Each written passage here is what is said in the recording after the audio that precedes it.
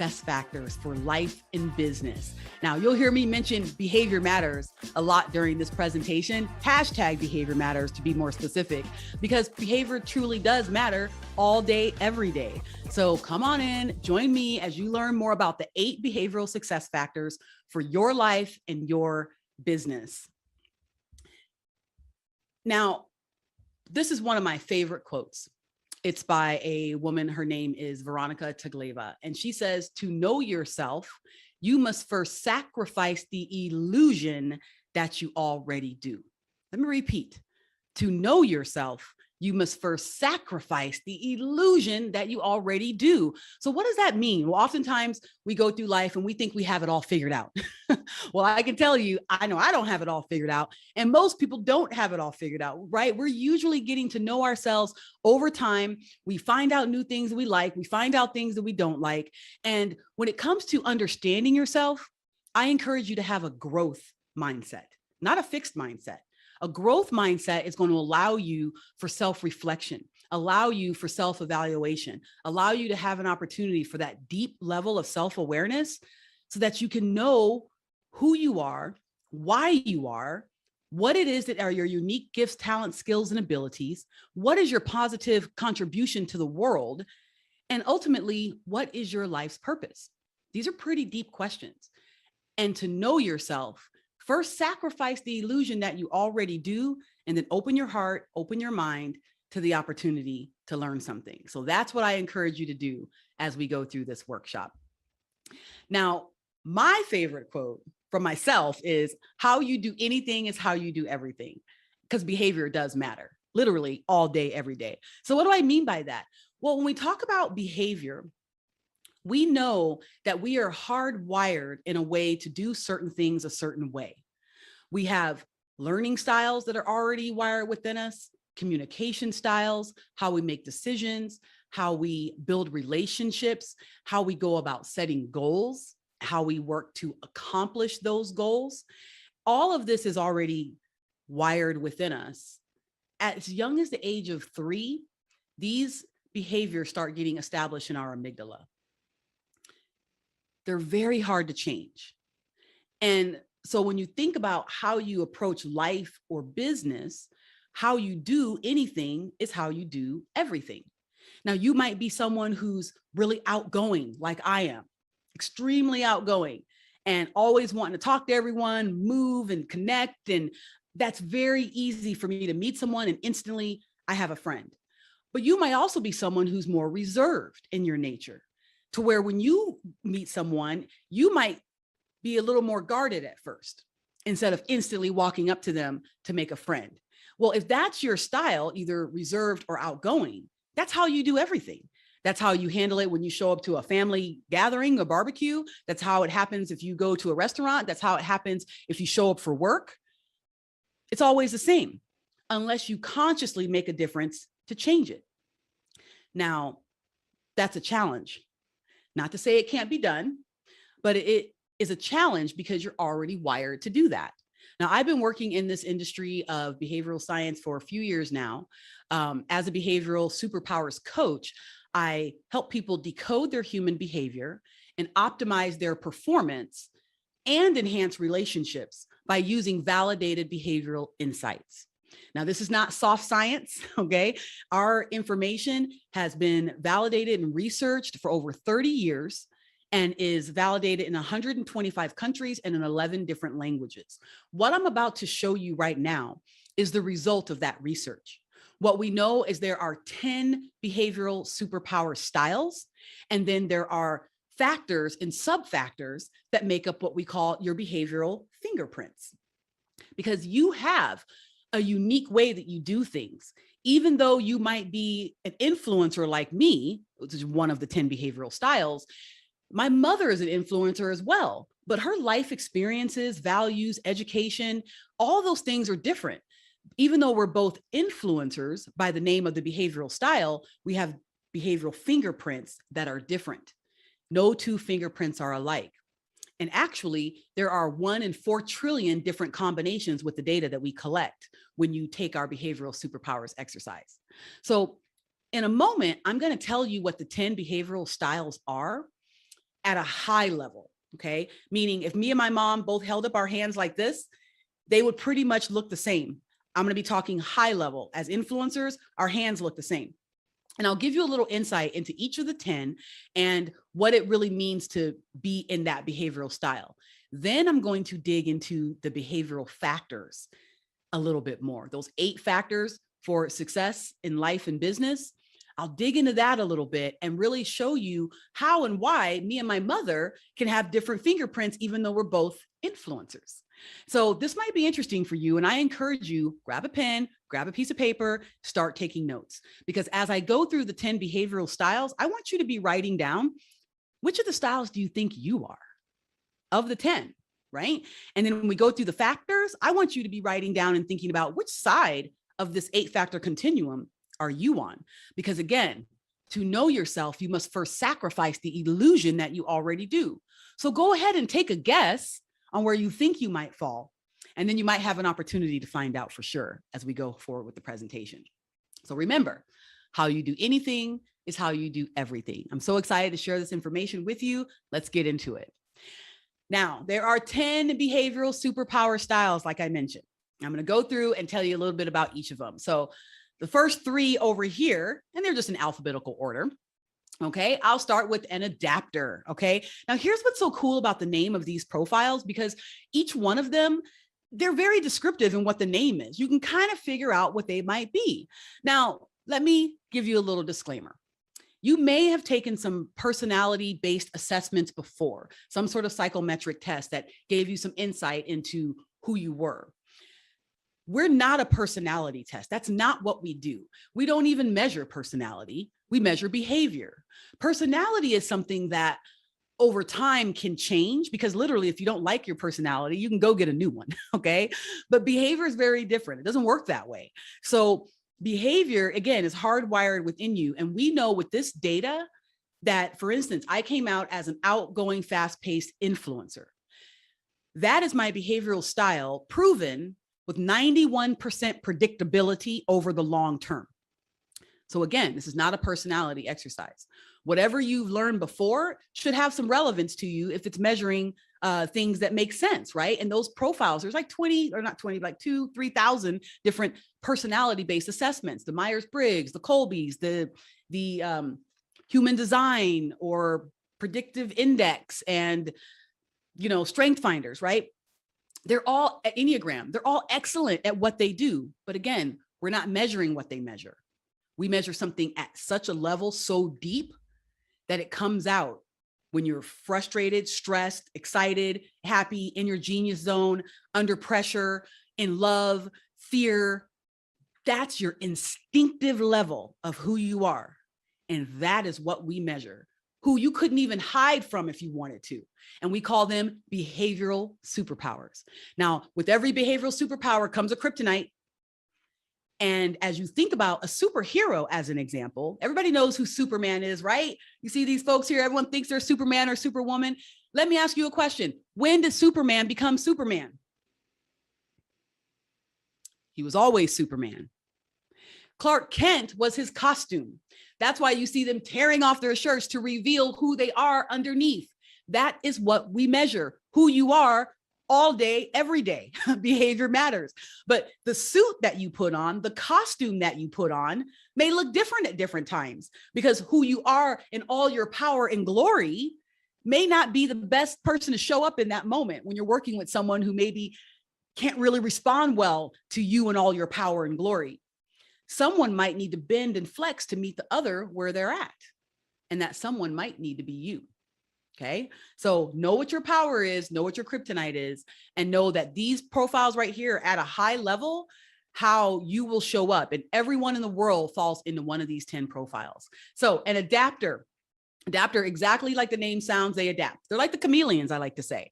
Literally, they can take on all the different powers. When they're hanging out with someone like a community builder and engager, they may take on some of those traits. They fit in where they need to. They're very seamless in how they do that. It's an extraordinary power, because literally they can adapt to whatever the situation is to get the job done. And how they show up is going to matter when it comes to that, because they're going to adapt.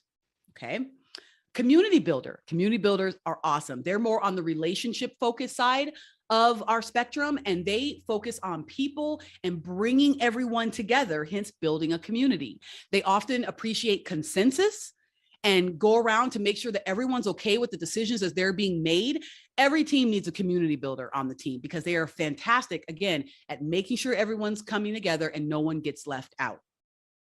Engagers, they love to talk, they're outgoing, they have a wide circle of friends, they love to know where the fun and the excitement is at, and they do exactly that. They engage. If you have an engager on your team or in your family, give them the freedom to engage because they're going to anyway. Don't oppress them, let them fly free and do what they need to do as an engager, right? Which be in front of people, talking, bringing people together, but also very outgoing and excited to be around people. Next, we have the facilitator. The facilitator is, my sister actually is a facilitator, and she is so cool. Okay, so facilitators, typically they appreciate harmony, they're amiable, they love, they have a very uncanny way of getting the job done, meaning getting the results that need to happen, but bringing people into getting it done in a very seamless fashion.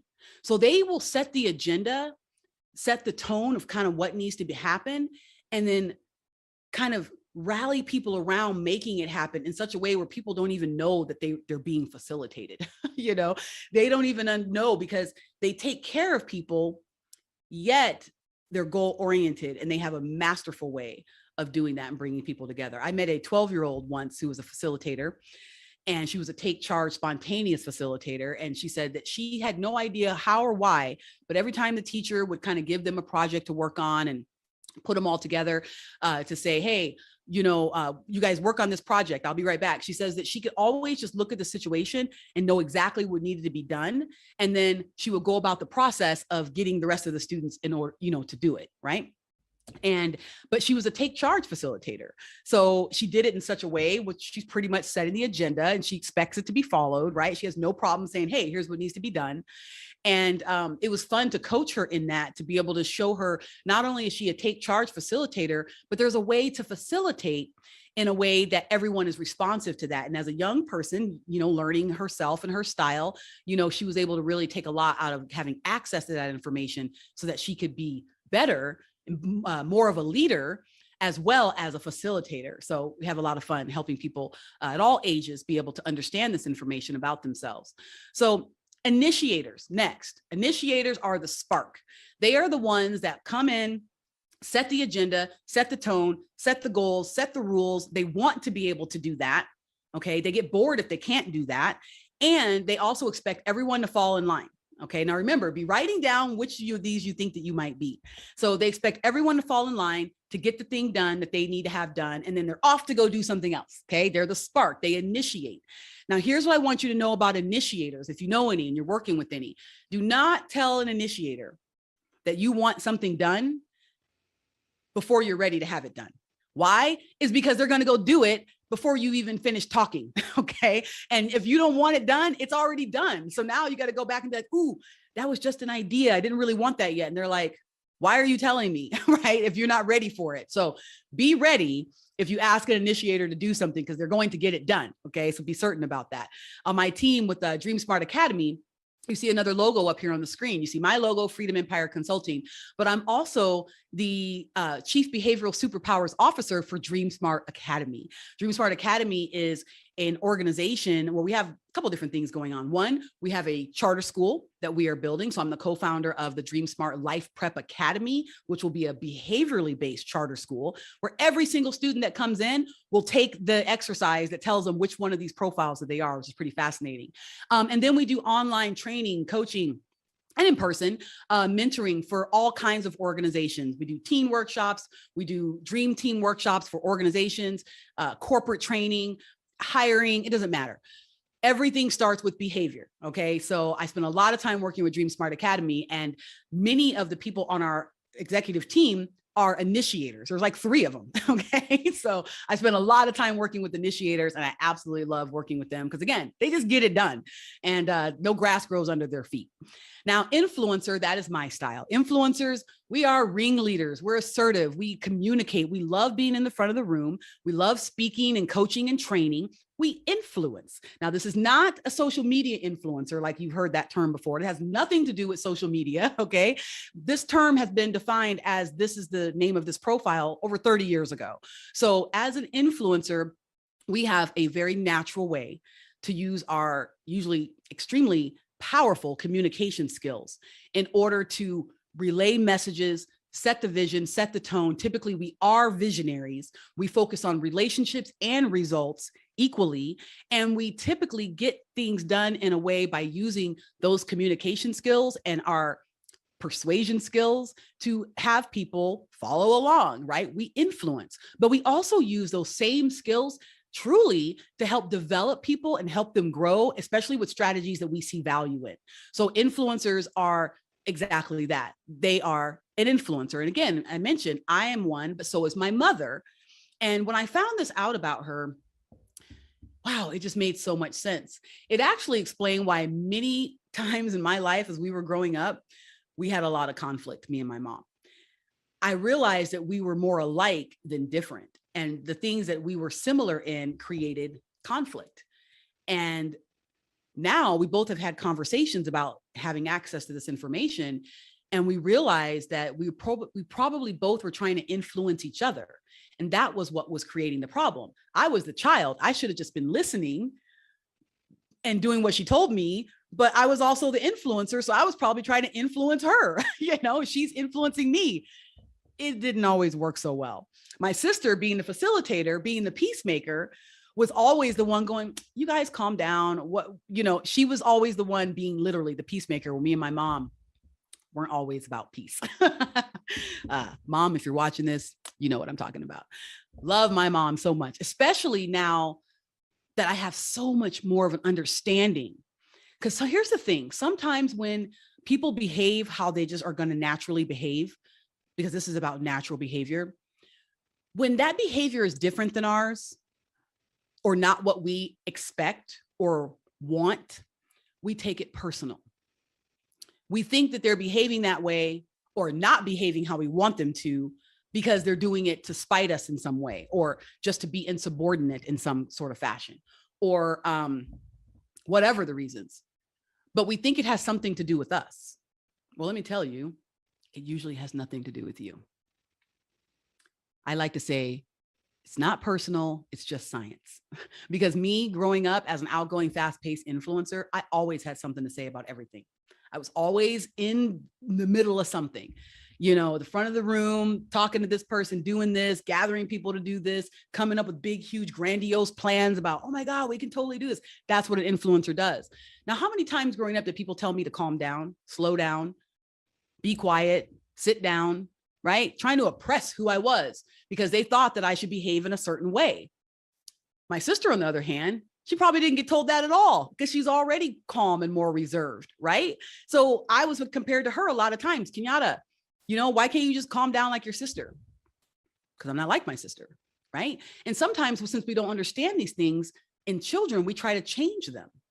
But imagine if you had a tool or a resource that you could find this out. My mom could have found out when I was 12 years old that I was an outgoing, fast-paced influencer. She's already told me that if she had known that information, that she would have handled me totally differently, because she didn't understand. Most of the time, she thought I was probably just being insubordinate, but I wasn't. I was just being me, right? So it's very interesting when we think about this information and how, in family relations, how powerful that could be.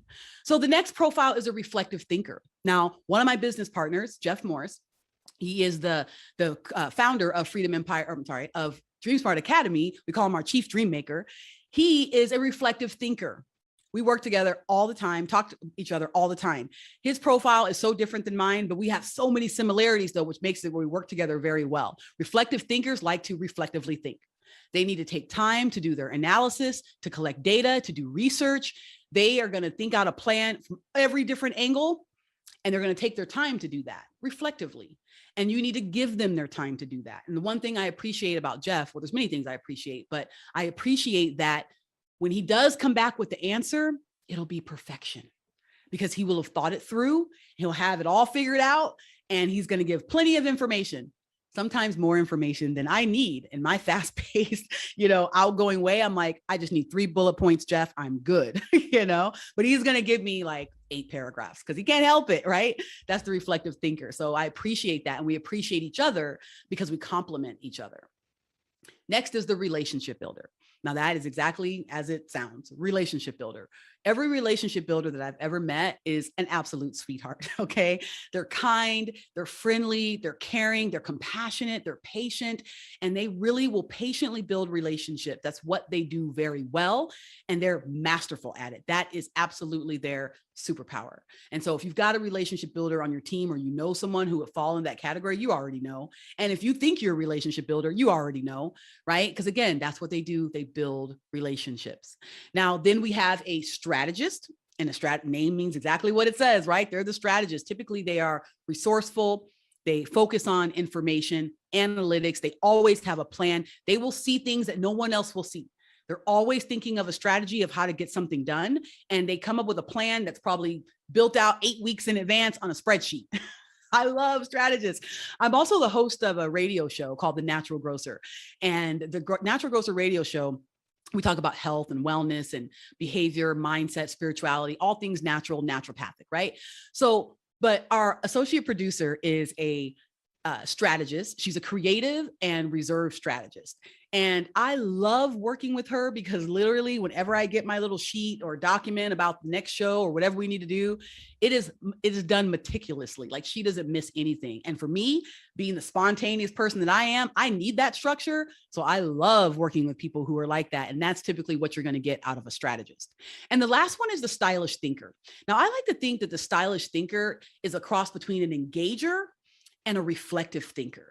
They have a really cool way of being able to engage people, be outgoing, bring people together. They want collaboration when they're working on projects and things, but then they also are extremely analytical and data focused. I like to make the joke that stylish thinkers could be at a party having a great old time and then all of a sudden pull out a report and be like, yeah, we need to check these numbers. And you might look at them and go, wait a minute, are we having a party or are we looking at reports? And the stylish thinker will be like, both. We're doing both. So it's so much fun working with these profiles. And I've been doing probably thousands of people I've had do this exercise where I found out what all these profiles are. And I can tell you that true to form, when someone takes it, I see the results. And especially if I already know them, I'm just like, of course that you be that profile. And I have a lot of fun guessing as well before they take it. And sometimes I'm right. More often than not, I can pretty much guess the profiles, but these are the 10 behavioral identities. Okay. Everyone in the world falls into one of the 10, but again, no two are alike. The combinations are 1 in 4 trillion. So again, like I said, me and my mom, both influencers. So our hands might look the same, but it's our behavioral fingerprints that look different. So let's jump into those. And remember, while you're watching this, be writing down which of these 10 do you think you are? Are you the adapter, community builder, engager, facilitator, initiator, influencer, reflective thinker, relationship builder, strategist, or stylish thinker? And remember, behavior matters. So there are 8 factors that have 16 traits that scientifically measure your behavioral superpowers and your kryptonite. So what do I mean by superpowers and kryptonite? Well, your power, which is basically your highest scores in these areas, your behavioral superpowers are how you're going to show up 91% of the time, predictable over the long term. Under stress, frustration, anxiety, fear, greed, love, genius zone, any kind of heightened emotional state, you resort to your instinctive behavior to help you get through that situation. That instinctive behavior is what we measure. Okay. So you can't get away from that. All right. Because for you to change that instinctive behavior, you have to be conscious and intentional. You have to focus in the moment on what's happening to not let your instinctive reaction come out, but to let an intentional reaction come out. Well, your power and all of its glory can also be your kryptonite. I like to say that a power overplayed can become a struggle, and a struggle unmanaged can become a weakness. So you need to understand what your power is and understand how that power could absolutely be kryptonite if not managed. And if you are in the middle range, as you see here in the mid range, I don't know if you can see that, then you are flexible between these two sides of a coin. You can be one or the other without a lot of stress. But consider this, the farther you are to the right or the farther you are to the left, the harder it is to get to the other side. I'm going to show you why that is in a moment. So I'm going to cover with you these 8 factors. And what you're looking at here is what we call the 8-factor continuum. It is a continuum of that factor that has 16 traits that fall under those 8, as you can see. The 8 factors here are command, people, patience, structure, trust, pioneer, risk, and creative. These are behavioral factors that you already demonstrate that we can measure at what rate you demonstrate those, okay? Now, you can see that each factor has a left side and a right side. And I'm going to cover all these individually in just a moment, but I want you to take a look at this and already be thinking, am I more cooperative or take charge? Am I more reserved or outgoing? Fast-paced or patient? So on and so forth. Or maybe I feel like I'm a little bit of both. This is what I want you to be thinking about as you listen to what I cover right now. So let's get into the factors. Oh, actually, there's one more thing I want to tell you first. This is not soft science, okay? Again, I mentioned this is 30 years of research validated in 125 countries in 11 different languages. Scientifically proven, okay? This is the data from the millions of people who've taken this exercise. And you might be one of them if you want to be. So whether a person scores on the left or the right or mid-range, what you need to understand is that 2/3 of the world will operate differently from them in that trait. 2/3 is going to be different than where you are. Now think about that for a moment. Think about every conversation that you had that you felt like there was conflict. What about a miscommunication? What about an argument? What about where you just were like, I am not on the same page with that person?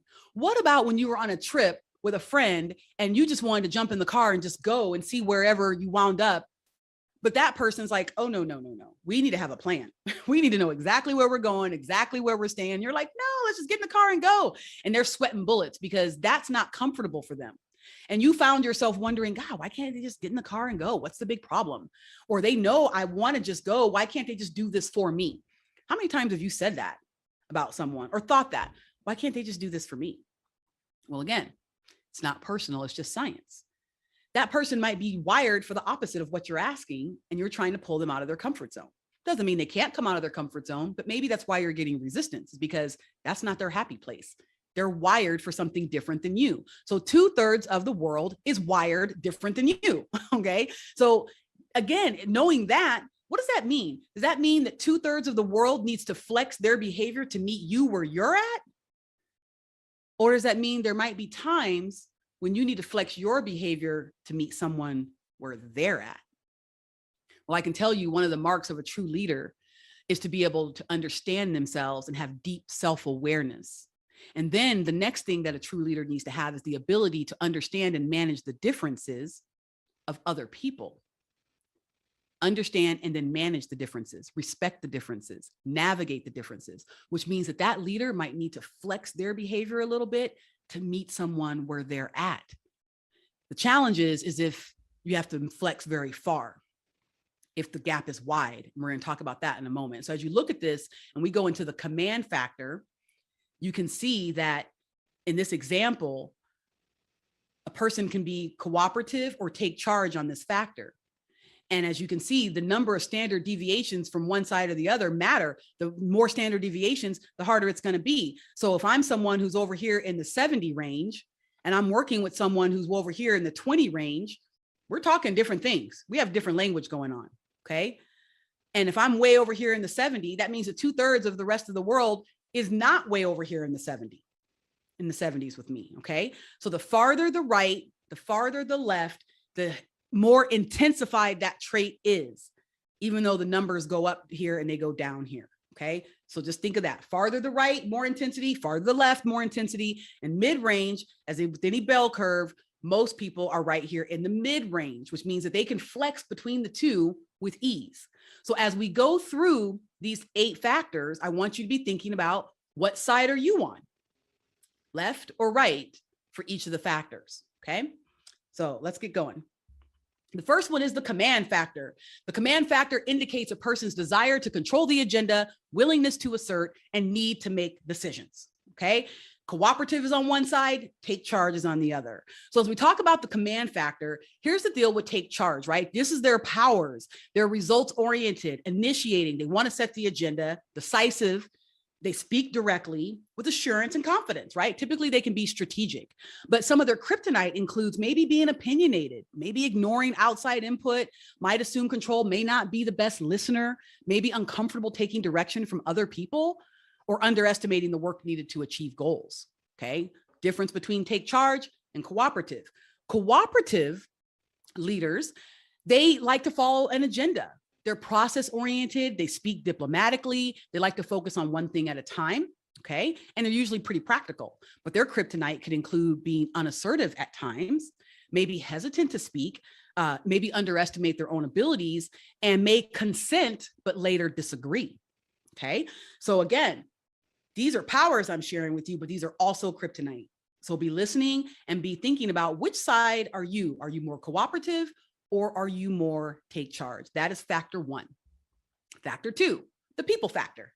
This indicates a person's openness and expression, transparency, and ease in relating to strangers. So are you more reserved or outgoing? Okay. So the outgoing people like myself, that's my highest score is outgoing.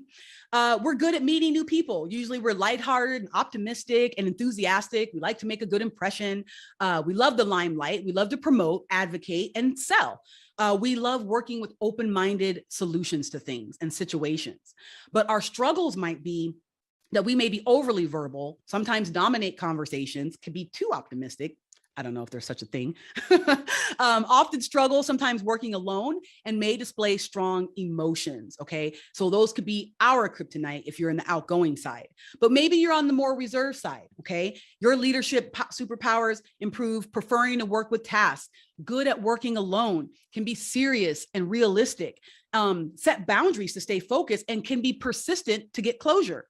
But struggles may include maybe being withdrawn or appearing unfriendly, maybe tend to see the downside first, or could be quietly self-righteous, it says, right? May resist collaborative work and may be drained by extensive interaction. Whereas someone like myself, I get fueled by extensive interaction. So again, think about this. It's not personal, it's just science. So understanding where you are is so critical, but being able to recognize when someone else is different than you, because that might be causing problems just because you're approaching something like the people factor differently, all right? So next one, number three, the patience factor. This indicates a person's natural pace, desire for stability, and need for harmony, okay? Fast-paced versus patient. Now, my top trait is outgoing. My second one is fast-paced, all right? So I'm on the fast-paced side of the patience factor, which means I really don't have much patience.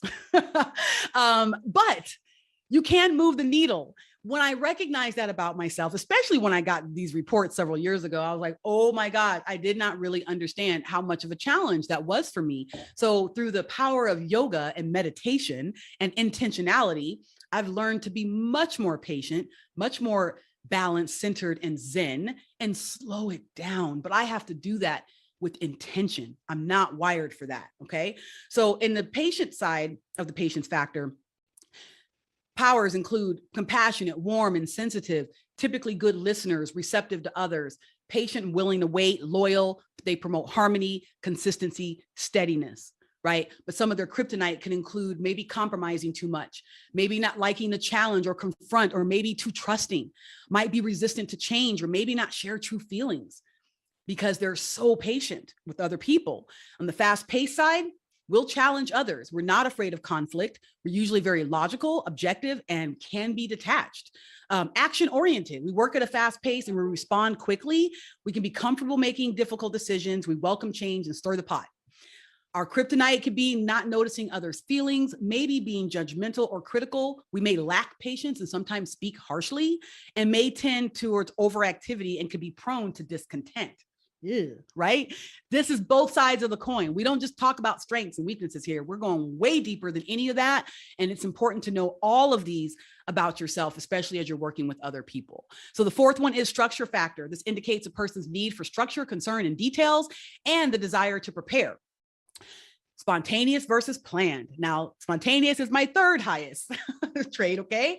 So the planned leader, right? Organized, scheduled, prepared, accurate. They like to conduct research. They like systems. They persistent to achieve goals, and they appreciate closure. Kryptonite may include being too inflexible or fixed, perfectionist who doesn't want to make mistakes, maybe over-reliant on procedures, might over-prepare, and may have difficulty improvising. Okay, that's some of their kryptonite. The spontaneous side, which one are you, right? We're instinctual, we improvise on the spot, we operate spontaneously without procedures, quick and give quick, reasonable assessments on things. We can work with broad concepts and we're very versatile. But our kryptonite could be that we may lack organization. That's true.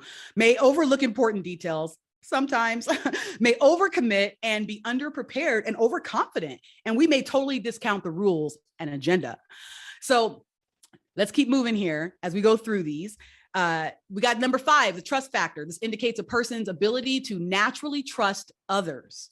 So are you more skeptical or are you more trusting? Well, the trusting side, usually they're approachable, transparent, open to dialogue. They let people do their jobs and they have usually they're strong relationship builders. Their struggles could be maybe being taken advantage of, fear, or taking people for their word, maybe not setting boundaries, and could get hurt easily or be too forgiving. The skeptical side of that continuum, they're critical thinkers. They aren't gullible. They discover the truth. They ask a lot of questions. That's how they learn. They're protective of information. And some of their kryptonite could be difficulty letting go, difficult to commit to others, and maybe not easily delegating. And sometimes they can make people uncomfortable with that level of skepticism. So remember, the higher the score, the more intensified that is. And sometimes the harder for the other 2/3 of the people to understand where you're coming from. Then the 6th trait is the pioneer factor. This indicates a person's drive to set ambitious goals and to pursue them. So we have content on one side and pioneering on the other. So pioneers typically are trailblazers. They take initiative, they launch new programs, they're goal-driven, they're restless, they see difficult tasks through to completion, and they're usually very competitive and confident. But some of their kryptonite could include being too aggressive, or maybe not sacrificing a balanced life. Maybe they're too competitive, might seem greedy, may tend to cut corners, and being overly vigorous. Okay, so which side are you on, content or pioneering? Because the content leadership style is following a set agenda. They focus on reality, concentrate on a balanced life. They're satisfied. They don't need to fix everything. And they love a steady environment. Their kryptonite could be that they don't push forward enough, maybe too comfortable with the status quo. They may stay in their comfort zone and be resistant to change, even if it's good change, and may respond negatively to the gung-ho type of environment. They're just not interested. Now, number 7, the risk factor, indicates a person's willingness to take risks and their ability to tolerate the consequences. Cautious versus risk-taking. So this makes sense, I'm sure. Cautious individuals, they plan initiatives carefully, they preserve and protect, they see potential dangers, survey situations, and they follow the proven path. But they might miss opportunities sometimes. They might be overly cautious and maybe too hesitant and can be slow to take action. Whereas the risk-taker side, I'm also on that side, we rely on intuitive thought. We're willing to take chances. We venture into new areas. We face danger very comfortably, and we're tolerant of the losses. Okay, we'll pursue opportunities and demonstrate courage. However, we may take unnecessary risks, may gamble against the odds, may create exposure, miss the danger, and be too speculative. And then the very last one here is the creative factor. Now, the creative factor indicates a person's capacity to be original, creative, and work with new ideas. Now, the farther you are to the left or the farther you are to the right, that's going to be your highest trait. I'm much more on the creative side than anchor. It's one of my highest scores as well. I think it might be number 5. So that means that I'm not anchored. I'm totally creative, and I rely on intuitive thoughts. I like to brainstorm. I like to develop new methods. I'm usually open to very unusual ideas, and I'm always imagining the possibilities. I like to say, if you think in terms of thinking inside of a box, with those of us who are very creative, there is no box. It doesn't even exist. Okay. We might connect some disparate dots if we want, but we're not interested in thinking inside of any kind of box of any kind at all. But our struggles might be that we may undervalue proven methods. We could lack focus. We might have difficulty following set procedures. That would be me. And we can become easily bored and sometimes forget reality. We're like, our heads are in the clouds sometimes because we're always coming up with new ideas of how things can be done. And the anchored side, now this is my sister over here on the anchored side. Typically, they want an orthodox approach.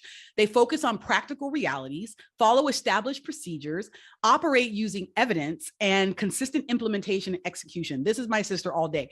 And she's very systematic. So she'll be the one, there'll be not a piece of paper anywhere on her desk. I'll come in, I'll be like, hey, what? You're not even working in here. What's going on? And she goes, I am working. I'm like, well, why is there no paper on your desk? She goes, because I put the papers away when I'm done with them, Kenyatta. And I'm like, oh, great idea. That's not what I'm doing, but she's wired for that, right?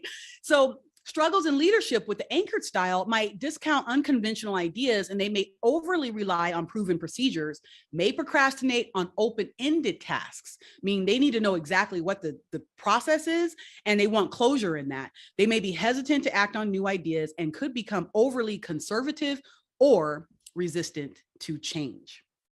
So those were the 8 factors on the continuum. So as you take a look at this, where are you on the 8-factor continuum? Now, I know I was going fast. Hey, I talk fast, so hopefully you were listening fast. I did tell you I'm an outgoing, fast-paced influencer, so I warned you, but you can go back and watch this again if you need to. But to get an idea, these are the continuums. The words are descriptive, okay? There's no confusion here. You understand, what skeptical is versus trusting now, content versus pioneering, cautious versus risk-taking. Very easy to understand explanations and wording that we use for these 8 factors. So I want you to get a piece of paper and a pen right now, if you haven't already, and start writing down command, people, patient, structure, trust, pioneer, risk-taking, creative.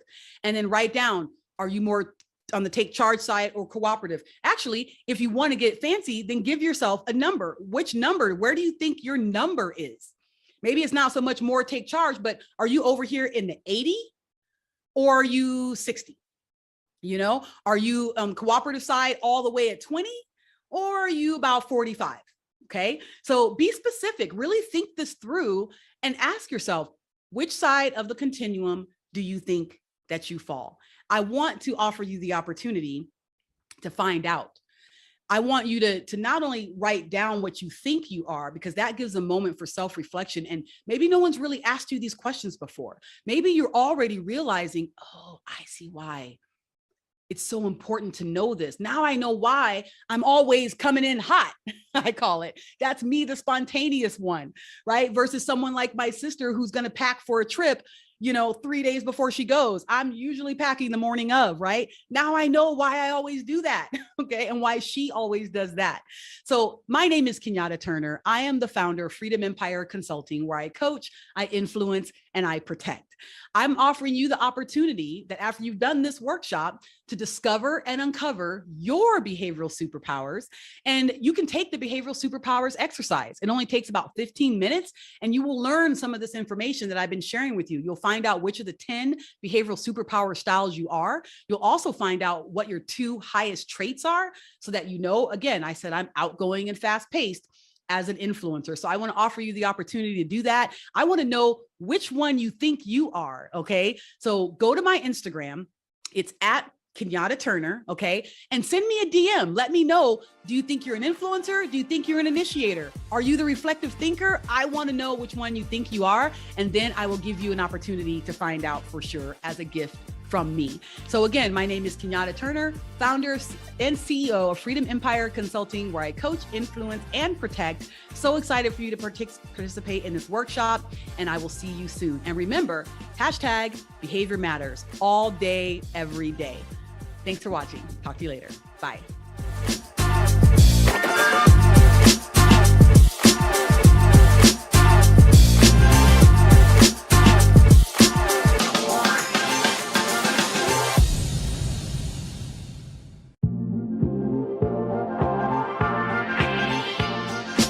Hello, my name is Stephanie Wall, and I am the CEO of Speaker Stephanie LLC.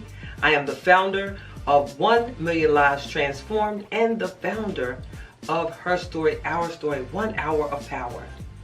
Psychology says that we're always moving towards something. Psychology says that in our present state, we're moving from our present to our desired state. The great late Bob Proctor says that change is inevitable, but that personal development is a choice. Let's talk about the 7 steps to getting you to the life that you want. Let's start with talking about goal setting versus problem thinking or problem solving, which is more like problem thinking. Problem thinking. What is goal setting versus problem thinking? Goals is when you have a structure and you have a plan of action. So you're focusing on what you want. Problem solving or problem thinking is focusing on the problem. Example, I want to quit smoking. Quit smoking means you're focusing on smoking, and you will do more of what you're thinking about, because what we think about, we move towards. Goal setting is being focused on what you want. Neuro linguistic programming, the NLP program, says that our goal setting is unique as our fingerprint. Let's get started on step 1. Step 1. We just talked about it, goal setting. Focus on a positive goal, a positive self-talk. So instead of saying stop smoking or stop eating too much, we'll say a better, healthier, relaxed life. Ask yourself these questions. What do I want? What do you want instead? And what would you rather have? What do you want? What do you want instead? And what would you rather have? Step 2. Your goal must be specific. I'd like a house. I would like to get a house. I would like a new car. I would like a new job. I would like to, instead of saying something, if it's kind of generic, you can't say I would like to be more confident, but instead of saying more confident, talk about what you want to be more confident to do. Specific. An example, I would like to be able to record a 12-minute keynote. Then I want you to ask yourself these questions. What exactly do you want? Can you describe that more precisely? What will you see and feel when you get that thing? How long will it take? And when do you want to achieve it? Let me read that again. What exactly do you want? Can you describe it more precisely? What will you see and feel when you get it? How long will it take? And when do you want to achieve it? Step 3. How will you capture the evidence? How will you capture the feedback? An example. A salesperson or a customer service person would know immediately if they were working on their customer service abilities. Because when you engage with your clients, just from that rapport that you're building, you'll see whether or not you're doing a great job, or just based on the feedback or customer surveys. So ask yourself these questions. How will you know that you achieved your goal? What are the milestones that you will set in place to capture it along the way? How will you track it? And how often will you check your tracking? Again, how will you know that you achieved your goal? What are the milestones that you will put into place along the way? How will you track it? And how often will you check the tracking system? Step number 4, line up your resources. Line up your resources. These are the questions you should ask yourself in order to fulfill step number 4. What resources do I need to achieve this goal? What resources do I already have? And what will you find, and where will you find the resources that you need? What resources do I need to achieve this goal? What resources do I already have? And where will I find the resources that I need? Step 5. Be proactive to complete your goal. You must take an action. In order to do anything, you must first see it, right? You must say it, believe it, and then do it. And then ask yourself these questions. How far is this goal under your control? So how much control do you have on the goal? What are you going to do specifically? And what will you be doing to achieve this goal? So what are you going to do? And what will you be doing to achieve the goal? 6, pay close attention to the consequences.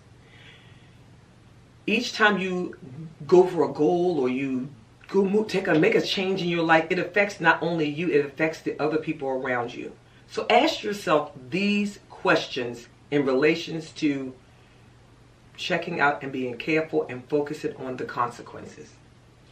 What are the consequences for others? What are the costs? How much money? And what are the opportunities? And what might you need to give up? Again, what are the consequences for others? What are the costs? What money is required? And what opportunities are there? And what might you need to give? How are you feeling? You still with me? Just remember that no matter what you do, remember about balance. How will this balance with the rest of your life, this goal? How will it balance with it? And what aspects of your personal current situation would you possibly have to give up? Step number 7. So 7 is taking action. You can do nothing without taking an action. This is the point of the time when you have everything. So you already have the steps. Once you put the steps in place, now you have a goal. Because once we have structure, you now have a goal setting. But now when we're talking about actions, and now you have to break those steps down into brackets. Break it down to pieces, biteable sizes, so it doesn't look overwhelming. And then remember what Trevor Ott often tells us, the great brand master himself, Trevor Ott. He said, first emulate before you innovate. What does that mean? Emulate before you innovate. It means the plan is already in place. Follow the plan before you get creative and start changing it around. So now I want you to go ahead and run this marathon, because now by doing these steps, by taking these steps, you've now given your dreams, your goals, legs. So go run the marathon. Again, my name is Stephanie Wall, known to many as the Tower of Power. It's been my pleasure. You can reach me at speakerstephanie.com and Speaker Stephanie everywhere. Thank you for your time and attention.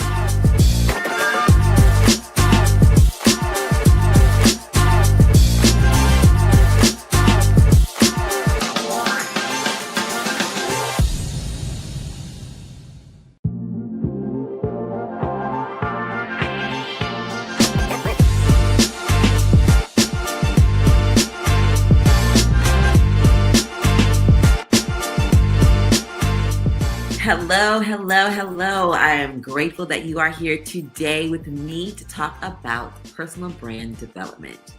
And I'm giving you a high-level view of what that looks like as we discuss defining your brand-unique brand. My name is Alicia Brooks, and I am here to share with you today about how to really show up and show out for your personal brand, and know that you really have to own your personal brand.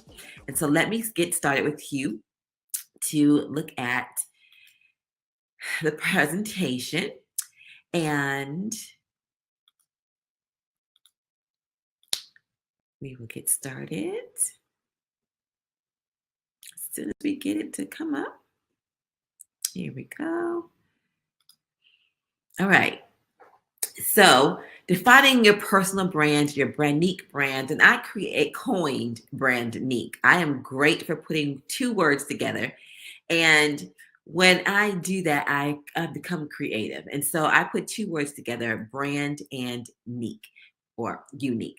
And I want to make sure that when people meet me, when they leave me as a client, that they have a Brandnique brand that shares with the world exactly who they are. And so that is what we're going to talk about today. I'm going to give an overview of what your brand is. Now, you are your brand, your personal brand. You are your brand. And so I always tell you to visualize and believe in your future self. That is one of my main affirmations, because a lot of people really don't understand how to visualize. You first have to see yourself there in order to become that. And so it's all in a process, it's all in walking in that and knowing that you are destined for greatness. So, now a little bit about me. Again, my name is Elisha Brooks, and I am a mother to one amazing son. He is 29. I absolutely adore him, love him. He plays professional basketball overseas, and he is married. I have my degrees are in marketing. I absolutely love marketing since the 12th grade, no, 11th grade in high school with DECA class, if you can remember that. And then I am a businesswoman, entrepreneur. I am a speaker, international speaker, actually, an author, a trainer, a coach consultant, and I love, love, love empowering women. And I am a daughter, a sister, a twin sister, a grateful friend to many people, and I have a passion for women. So this is my baby. This is when he was, 10 months, I think he was, senior high school, and then he played at Davidson. So that's my baby. And these are my brands.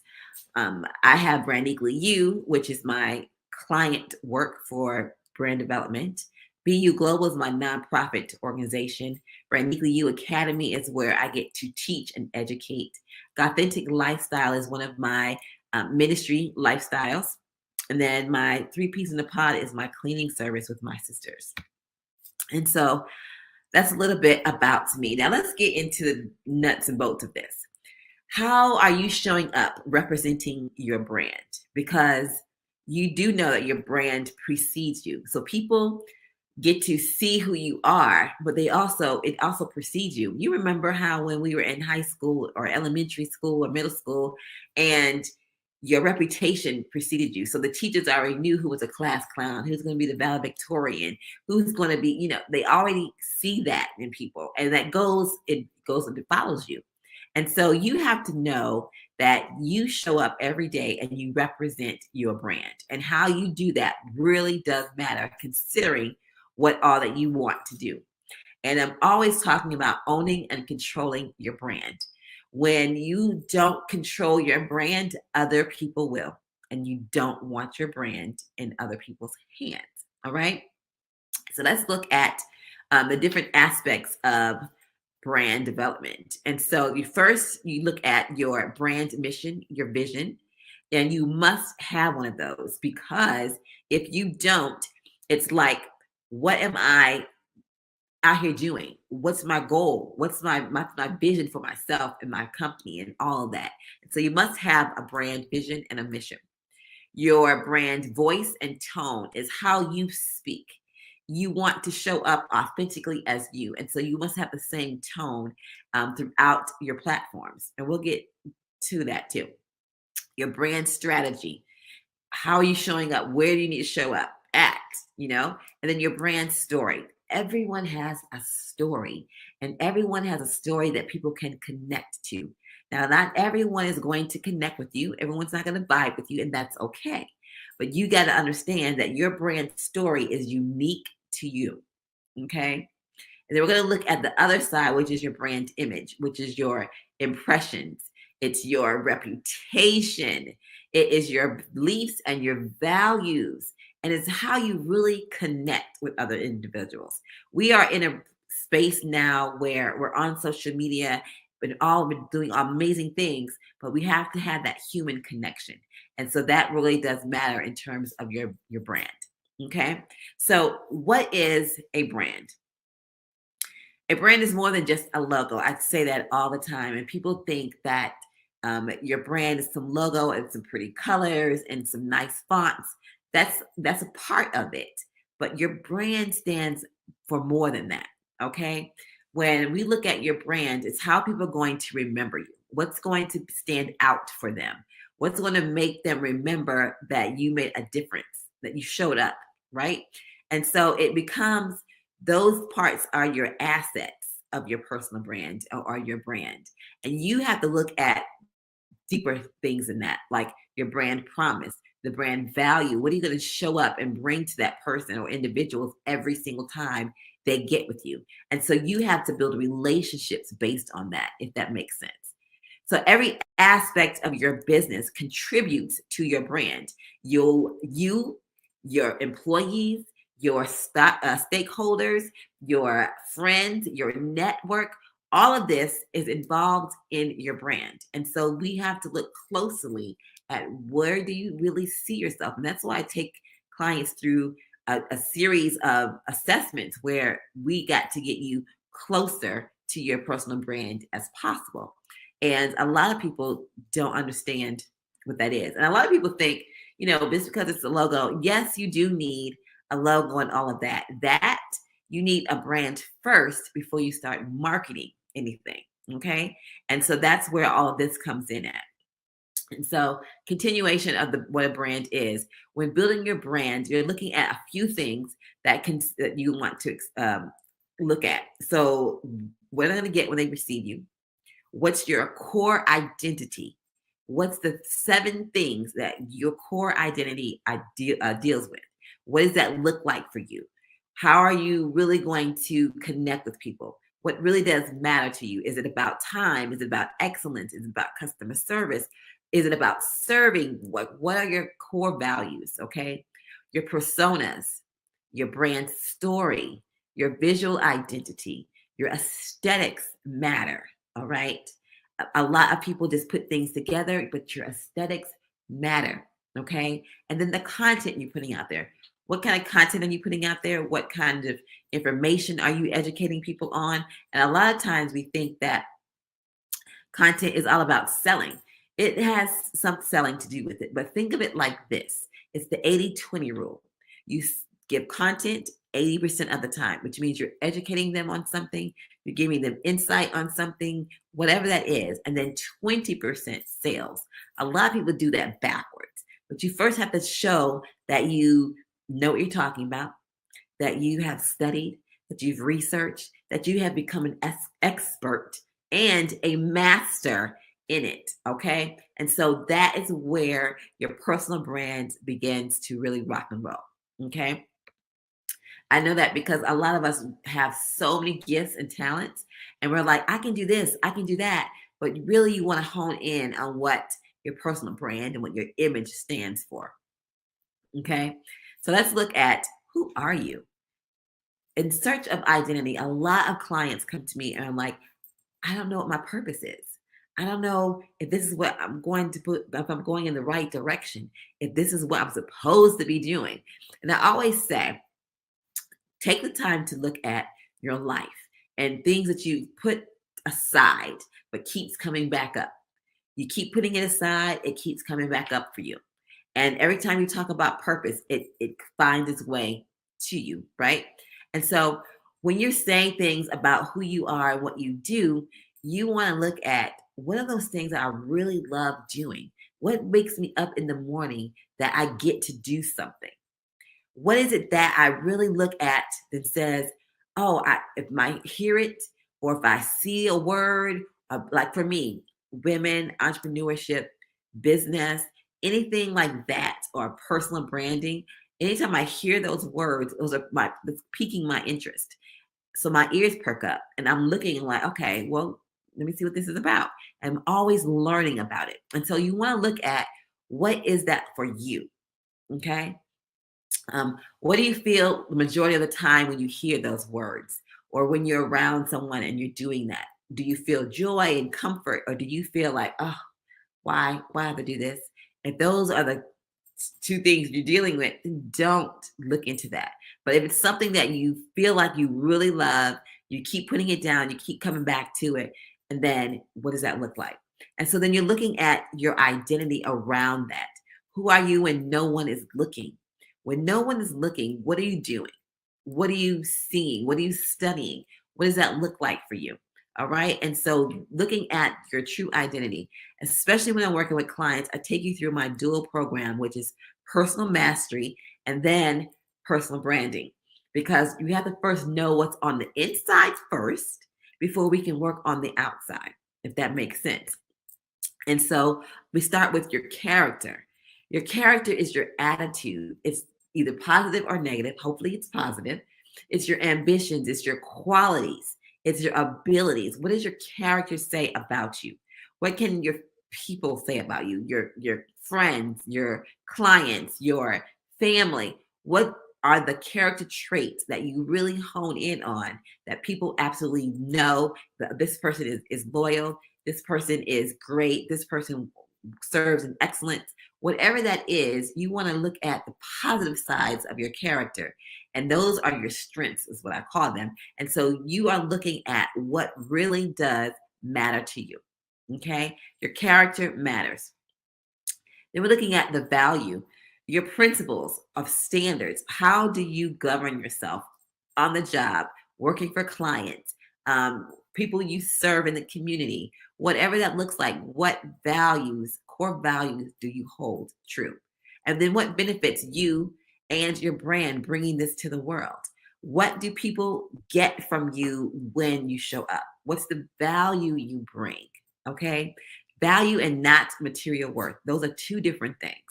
We're not talking about material possessions. We're talking about the value of you bringing someone. So let me say this.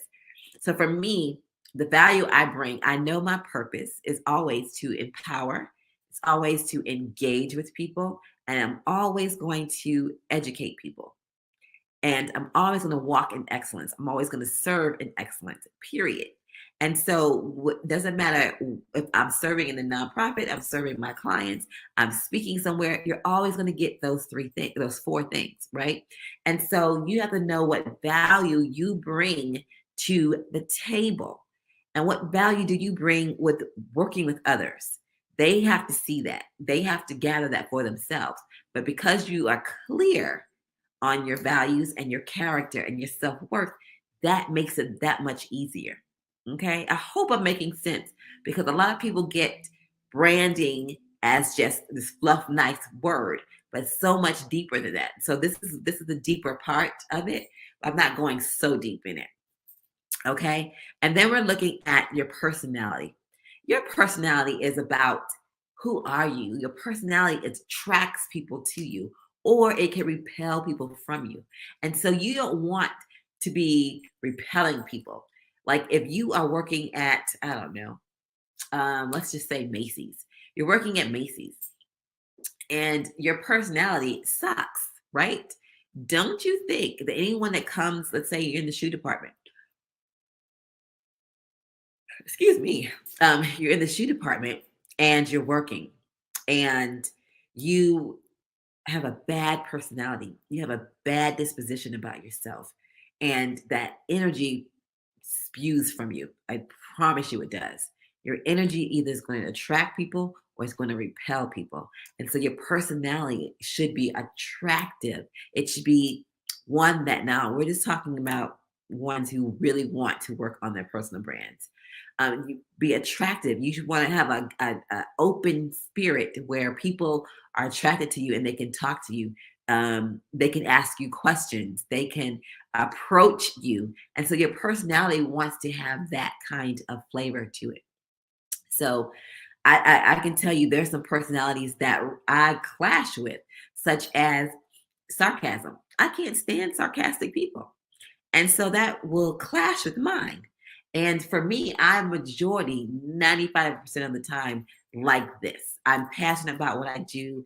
I love what I do. I want to give 110%, right? And so that is what my Brandique flavor is. And I want you to think about what your Brandique flavor is in terms of your personality.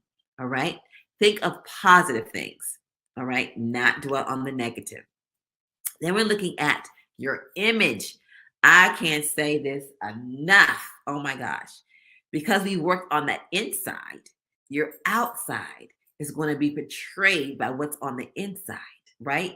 And so your outside appearance, your image, is one of your biggest brand assets and how people will perceive you. Your perception versus how others people see you are totally two different things. You might be walking in confidence and thinking you're walking in confidence, and you are in your own mind, in your own right. But how are people perceiving that? Right. And so you want to look at your appearance, your dress, your hair. How do you wear your clothes? Are your shoes shiny or are your heels ran over? Like, what does that look like? Because your image really truly does matter because that shows if you have confidence or you lack confidence. If you know exactly who you are or don't. Okay. So you know when someone is feeling confident about themselves. And there's a big difference of feeling confident, knowing who you are versus being so out there and flamboyant and cocky. There's a difference in that. But your image will portray your true self on the inside. All right. So understand that your image, your outside appearance is a key factor. Okay. Then you want to look at your impact. When we're talking about your personal brand, what impact are you wanting to leave? What impact, excuse me, what impact you can't stop yawning, right? You can't stop it. So your impact is how are you going to have impact in this world? How are you going to actually touch individuals? Okay. How are you actually going to look at how you really want to show up? What's the value that you want to bring to every single person that you engage with? So you look back at your mission and your vision because that's going to really show how you want to impact the world. Is it through empowerment? Is it through makeup? Whatever that is, how are you impacting the world, leaving your footprint on the world? Okay? Because that's where your influence comes from. That's how people are going to connect with you. People will remember how you made them feel, not all the time what you said to them.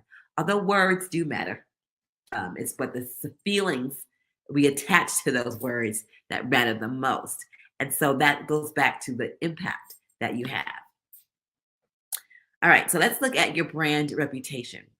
Your brand reputation should be one that's authentic. How many times have you been around someone that seems so inauthentic? They seem like they're stoic or they feel like they're above everyone else and they're trying to showboat. I know you've seen and been around some people like that, right? And so you want to know what your reputation is authentic to you. When people engage with you, do they feel that warmth? Do they feel that you are sincere? Okay. Are you showing up as yourself or the representative? And so you have to look at that and how you are really introducing yourself. Your first impression is always the lasting impression. There are some people I remember years and years ago I've met, and that first impression really did make a difference, right? So you want to show up in confidence. That's I can talk on confidence a long time, but this right here, your confidence shows up. And I always say, you can only go as far as your self-esteem and your confidence allows you to.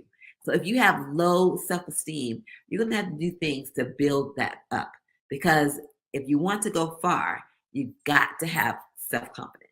You got to believe in yourself. You have to know that you do matter. And that is what's going to do and be and keep you going because you're authentic and you know that you can do whatever it is that you desire to do. All right. Now let's looking at the aesthetics of creating your brand. All right. The part about the inside, the person part. Now we're looking at the outside and how to actually create a brand for you. Now let's look at the brand value, of course, and your core offerings. A lot of times we are coaches, business owners, business CEOs, consultants. We are always serving others. Okay. And so you're looking at what brand value do you bring? Okay. The core offering that you offer. And that could be consulting, that could be coaching, that could be one piece of the pie, but of course there are many other pieces. So you have to look at what is your core offering. Is it going to be coaching? Is it speaking? Is it consulting? Whatever that is. And then why do you exist? Why did this business come together? What is it that pulls at your heartstrings that you get to do this? And then you look at what future do you want to create for others and for yourself. All right. How do you see yourself serving other individuals? Is that through graphic design, making a beautiful graphics? Whatever that is, you have a mission behind that. And so you have to look at how are you going to create the future with your gifts and talents because of the value that you bring to others. All right. So who are you and what kind of work do you do that brings value to others, whether it's a solution or resolution, what have you? How are you doing that? So let's look at personas. Personas are your strong brand communications. It's the people who you want to have a relationship with and do work for. All right. So you look at it in terms of having a person that is how you want to see that individual go from A to Z. All right. So it says personas are important tools that help you vet your ideas and ensure that everything you are offering is relevant. If you don't have the clientele that is going to need your services, then you are missing the boat. And you have to look at who your personas are. You can have multiple personas. However, I suggest that you really look at and hone in on at least 1, 2, or 3, no more than 3 at a time. Because I know how we can get all over the place and we want to serve everybody, but you can't serve everybody because every dollar is not your dollar. And every person, every client is not for you. And it's okay if they're not, but you have to be clear on those personas of who you want to show up and serve, because that's when you get to do your best work because you have clarity around them. You know what their needs are. You can communicate to them and in a way that they actually get it, if that makes sense. And so you want to look at how and who the personas you want to work with. Now you can always add, but start with 1, 2, or 3, no more than 3. Okay. Then you're looking at your brand story. Your brand story is what you communicate to others. It's how you share your inner being. It's like when you become vulnerable about something. For instance, I have been in a domestic violence relationship / marriage, right? And I know when I speak, I always say my life was not for me. My life was for others, for me to educate and to empower others. And so I can share that story in different spaces or not. But when I share the story, I'm letting my guard down. I'm letting my walls down to allow other individuals to connect with me. And see, that's a connection of, depending on who I'm speaking to, that's a trauma bond. Like we own a trauma bond together that we both can relate to. And so you want to create stories, not like that necessarily, but create stories as to why you got started. How are you positioning your brand in that particular way so that it's not speaking over someone's head, okay? It's not like you are looking at, oh my gosh, I'm losing my audience. That's because you haven't researched your audience to see What is it that's going to connect you? That's why it's important to do um, the research behind your different personas, because you're not going to reach everybody. Again, I always say every client is not your client. Please hear me when I say that. All right. So your brand story looks at positioning. What makes your brand different? So your story makes you unique. All right. You might have similar stories, but there's some things that are different that makes your story unique. All right. Your value proposition. What are the emotional benefits of working with you and your brand? You want to have an emotional tie to you. And so what does that look like for you? Then your tagline. Your tagline should be no more than 5 to 7 words. Okay. That's a one liner that's going to share with people exactly what you do. So, like, my tagline is be and live your brand. You're always being your brand. You're always going to live your brand, but do it unapologetically. All right. So, you want to create taglines going to attract people to you. Then you have different storylines. Those storylines are what you have. You can have 3 or 5 storylines that you get to share with people, share with your audience on how to choose your brand. And again, every client is not your client, so you cannot be attached to that. All right. Your visual identity.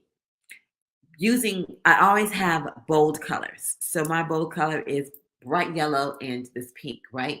And so what is the visual identity that people are going to recognize you? So I can post something and everyone knows, oh, that's Alicia, because it's bold, it's yellow, it's bright, it's all that. And that relates back to your personality. And so your visual toning, your aesthetics is going to how you're going to be recognized. It's cohesive across all platforms, period. Your brand is cohesive. It's going to be the same on LinkedIn as it is on Instagram, as it is on Facebook, as it is on all of your brand is cohesive. All right. And this keeps it consistent. That way that you're focused on whatever it is and that people know and can recognize it. They may not see the logo, but they recognize, oh, I know who that is. All right. And you want to have that kind of visual identity. Your brandography. Your brand should represent you. So you see the pictures that I've used. I use most of these pictures in all of my content. It's all about minimalist. I love minimalist photography. I love the flowy kind of things for it's feminine. And that's my brandography around it.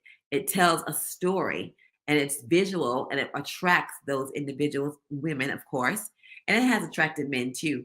But you want to get the pictures, the ambiance to really look and emanate your tribe.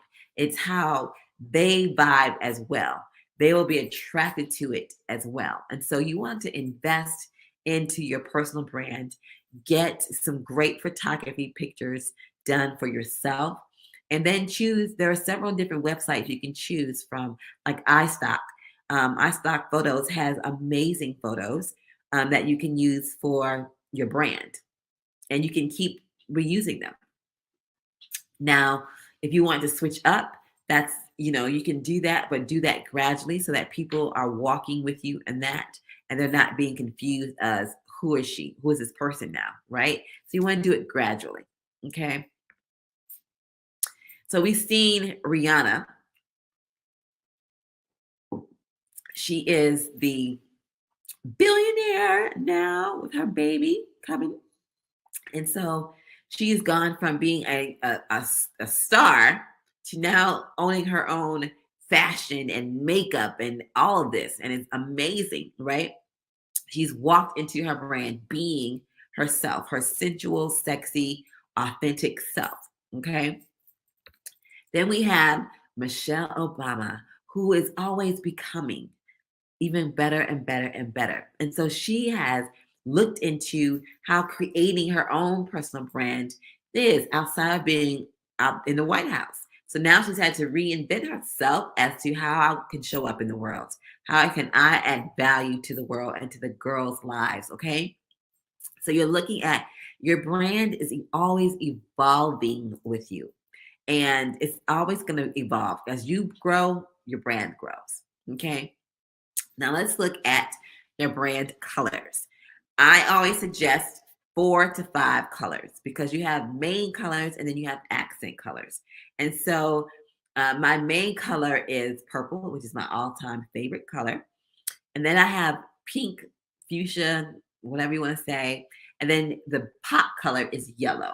And so my accent color is orange. And so those are the main colors. You want to have 3 to 4 main colors. And you could have a fifth one too, which is like a softer version of it. But you want to make sure that each color has a number. And you want to make sure that if you are branding yourself, branding and you're co-branding with someone, that they know exactly what colors to use. Otherwise, it's going to be all over the place, and you don't want that. So remember that each color has a hex, a RBG color, and so each color has a number. Okay. And so when you're looking at being brand uniquely you, how are you being brand unique? How are you showing up in a bold manner? Places that you wouldn't think you would. Um, as you grow into being the woman, the business owner, the boss lady, all of that, Black CEO, woman CEO, feminine CEO, whomever, what does that look like for you? How do you choose to be brand unique? One that is authentic, one that is ranting and raving, and you have followers and your tribe following you. What does that look like? All right. Sometimes that takes a lot of us stepping out of our comfort zone for those who are introverts and being brave and bold in everything that you do. And it's not about just doing things, it's about how do you really want to show up. Okay. So let's look at showing up and how that looks for you.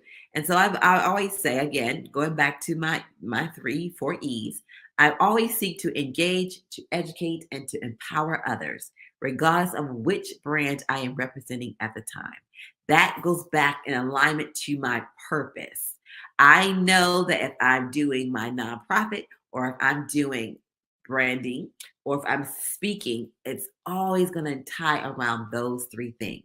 So I want you to take time to think about what are those 3 key words that you really resonate with that shares exactly what your brand is all about.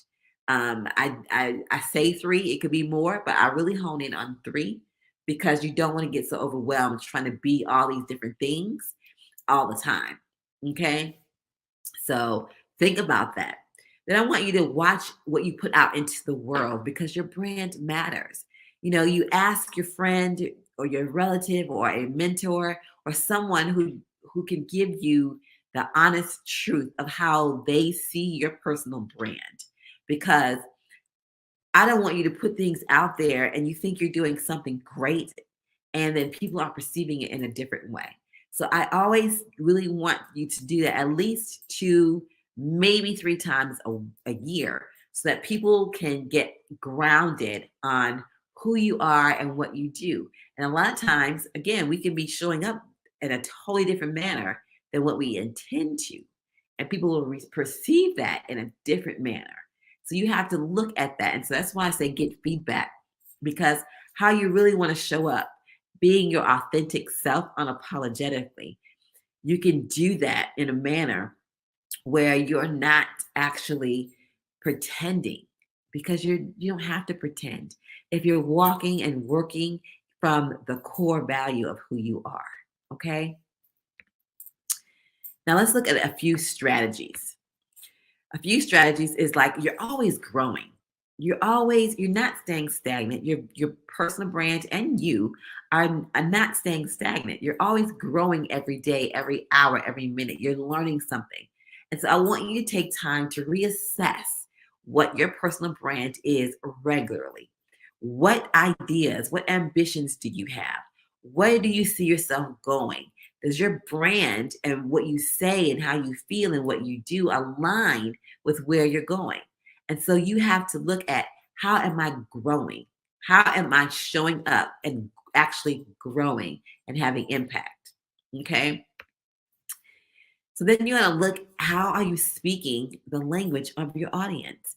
If you're not speaking to the pain points of your audience, then that can be a true hindrance, because that means that you need to go back to your messaging, because you want where people, you say something, you speak something that they are attracted to, that something hit them and right in the chest and be like, oh, that hurt. But you stepped on my toes. I know you heard that plenty of times. Oh, you stepped on my toes, my back, my feet, you get that, right? So when you're sharing the truth about who you are, you want to speak that language that really will gravitate and bring those and draw those tribe members to you. Okay. So that goes back to your messaging, having the right message and knowing who your right audience is. I've had clients who were not my audience. They were not my ideal clients. And I had to get very, very, very, very clear on what my client looks like, so I would not waste my time and I would not waste other people's time. And that's very important.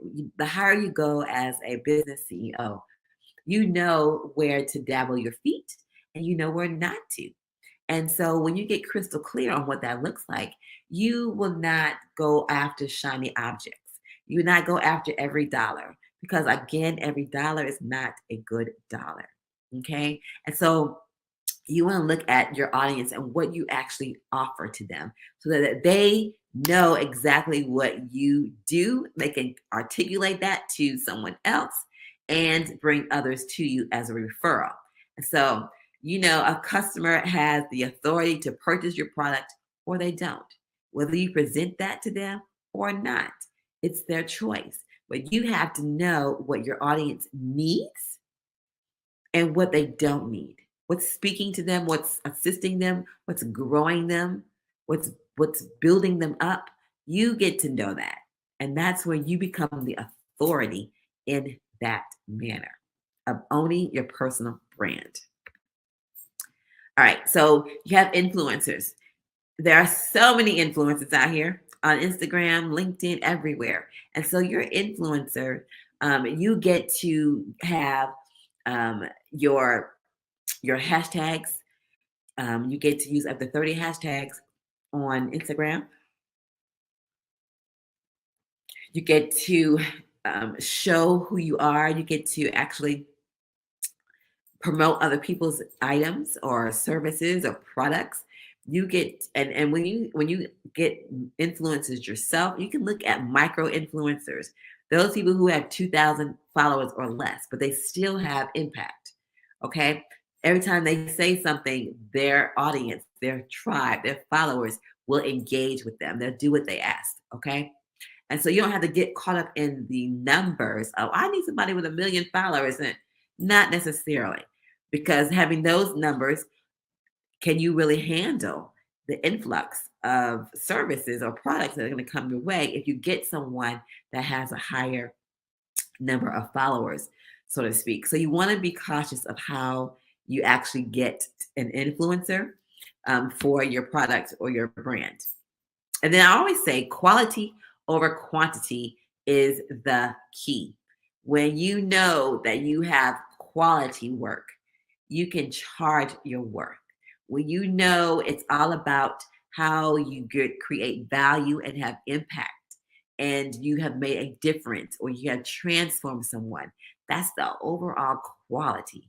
Don't get caught up in the quantity of money, although money is needed. But you don't want to get into a business. You don't want to have a personal brand that says, oh, this person's all about money, money, money, money. You don't want to have that reputation.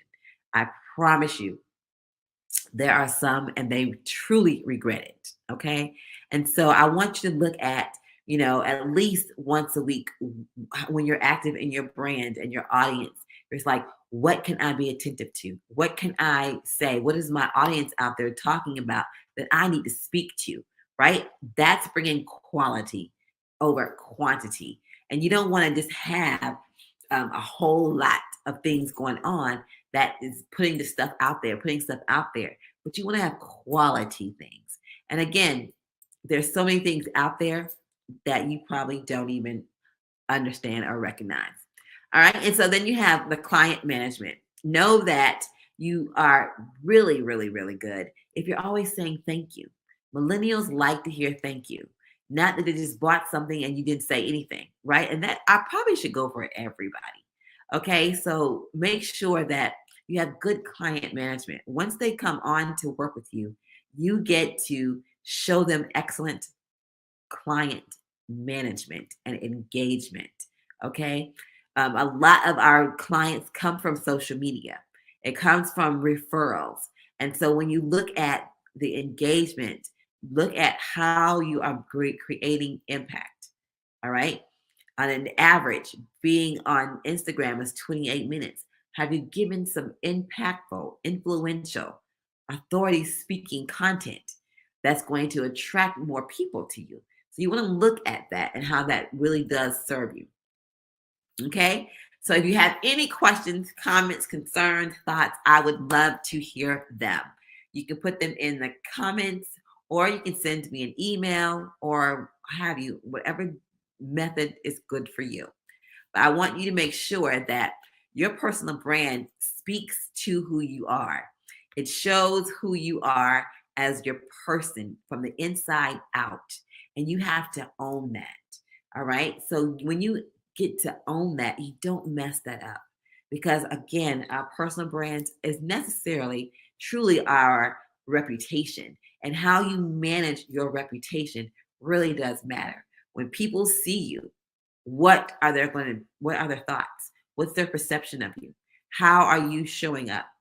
What are they going to get from you? What's the value you bring when you show up at the table?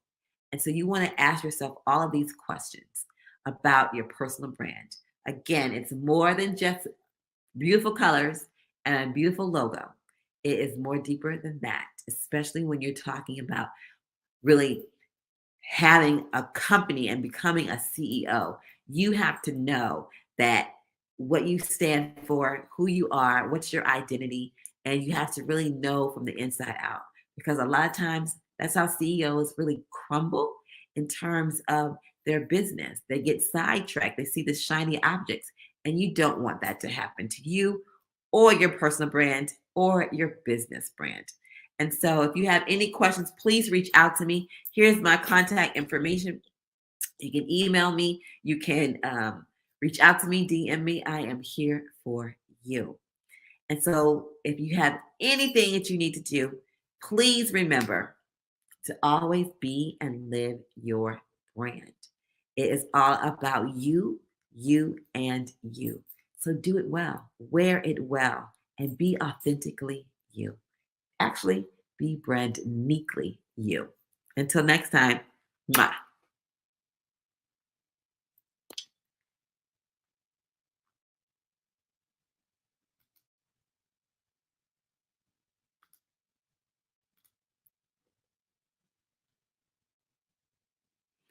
All right, all right, all right. I am grateful that you stayed to the end. And please, please, please, if you want to contact me, I would love to connect with you. You can get on my calendar for a 20-minute chat. If you need to have direct conversation, yes, we can do that. You can get my email and or my text me if you want at 980-205-2627. Until next time, have a great and awesome day because you so deserve it.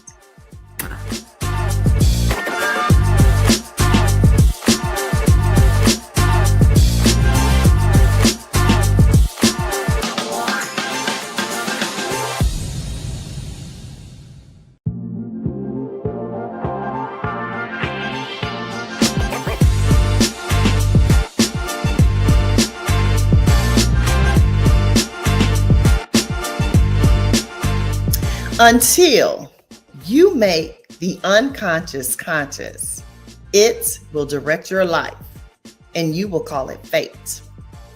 Until you make the unconscious conscious, it will direct your life and you will call it fate.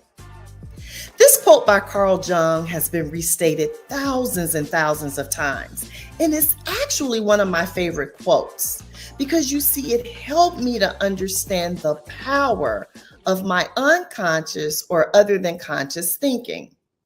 You see, while for me in life in general, things were pretty good, like most people, I still had a desire to make improvements or changes in my life. You see, yes, I wanted to be, do, and have more. So I found myself walking around under the impression that I was directing my life.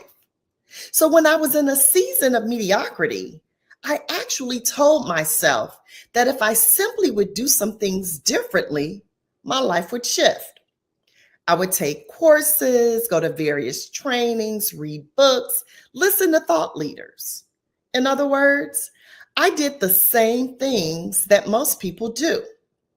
You see, I had concluded that if I changed my actions, my results would get better. Unfortunately, while I may have had some limited success, my results were actually not improving, no matter what I did. So even though on occasion things looked better temporarily, I had to be honest with myself.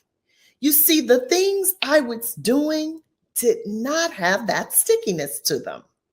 The results, they were average at best. And we all know the sayings, right? And if so, say them with me. You see, the proof is in the pudding. Or as some people say, numbers don't lie, people do.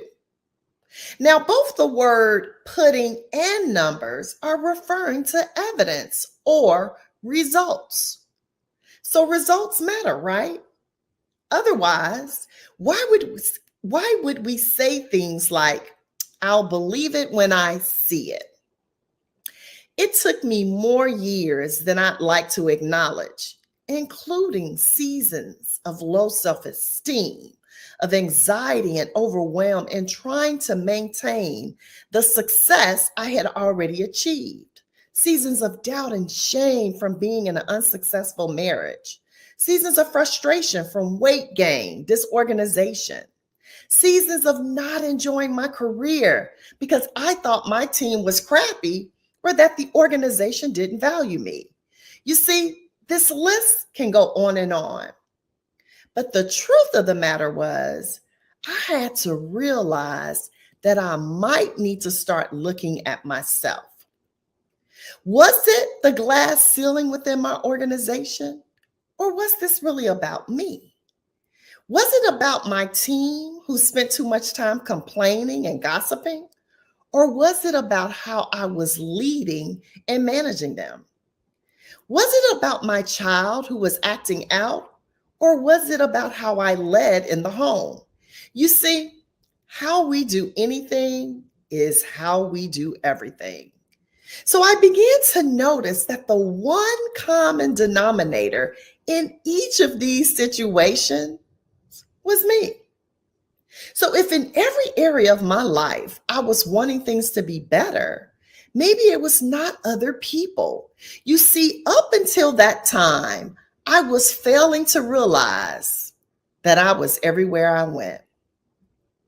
So being the analytical and curious person that I am, I finally decided that since I had tried everything else, what did I have to lose by finally focusing on my self-leadership? My mentor and leadership guru, John Maxwell, states that the highest level of leadership is self-leadership. This led me to the realization that as together as I appeared to be on the surface or the outside, that on the inside, and specifically in my self-talk and thinking, I needed to get my act together. Hi, my name is Angela Hooper Minifield. I am a certified high-performance coach, speaker, trainer, and chief equipping officer of Minifield and Associates, LLC. And I need to get my act together.